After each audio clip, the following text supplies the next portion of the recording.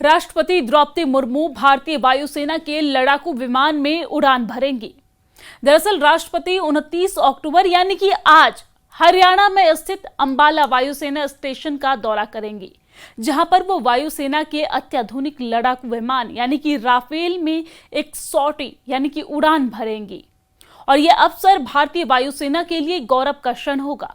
आपको ये जानकारी दे दें कि देश के सर्वोच्च संवैधानिक पद पर आसीन राष्ट्रपति भारत की तीनों सेनाओं के सर्वोच्च कमांडर भी हैं।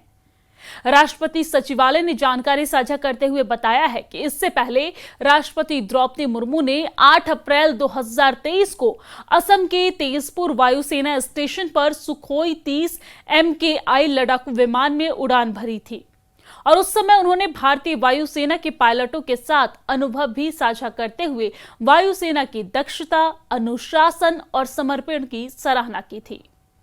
दरअसल भारतीय वायुसेना के लड़ाकू विमान में राष्ट्रपति की उड़ान का यह अनुभव भारतीय वायुसेना के आधुनिकता, क्षमता और आत्मनिर्भर भारत के रक्षा प्रयासों का प्रतीक माना जा रहा है।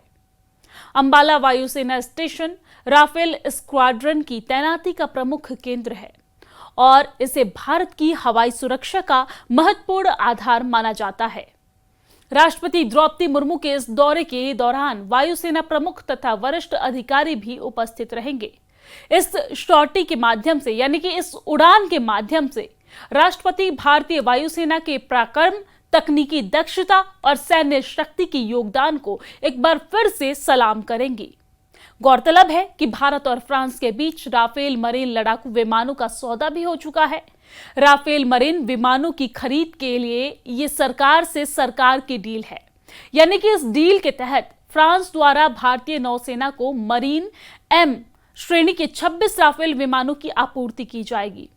तय सौदे के मुताबिक भारतीय नौसेना को फ्रांस द्वारा 26 राफेल मरीन फाइटर जेट की डिलीवरी दी जाएगी और इसमें से 22 फाइटर जेट सिंगल सीटर होंगे। वहीं नौसेना को 4 ट्विन सीटर और वेरिएंट के ट्रेनिंग राफेल विमानों की डिलीवरी भी की जाएगी। प्रधानमंत्री नरेंद्र मोदी की अध्यक्षता वाली सुरक्षा मामलों की कैबिनेट समिति यानी कि CCS ने नौसेना के लिए फ्रांस से 26 राफेल M लड़ाकू विमानों की खरीद को मंजूरी दे दी थी।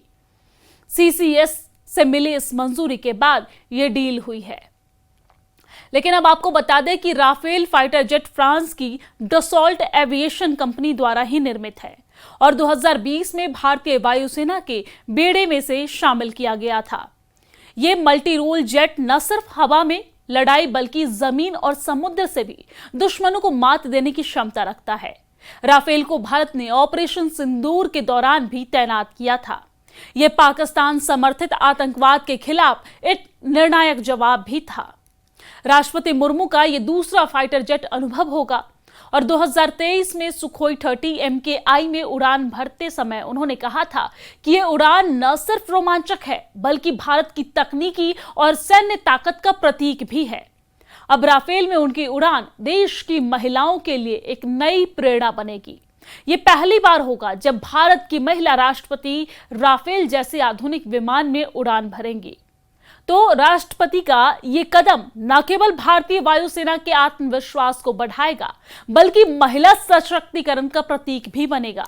राष्ट्रपति सचिवालय के अनुसार ये उड़ान वायुसेना की नई पीढ़ी के विमानों और तकनीकी क्षमताओं को करीब से समझने के उद्देश्य से की जा रही है।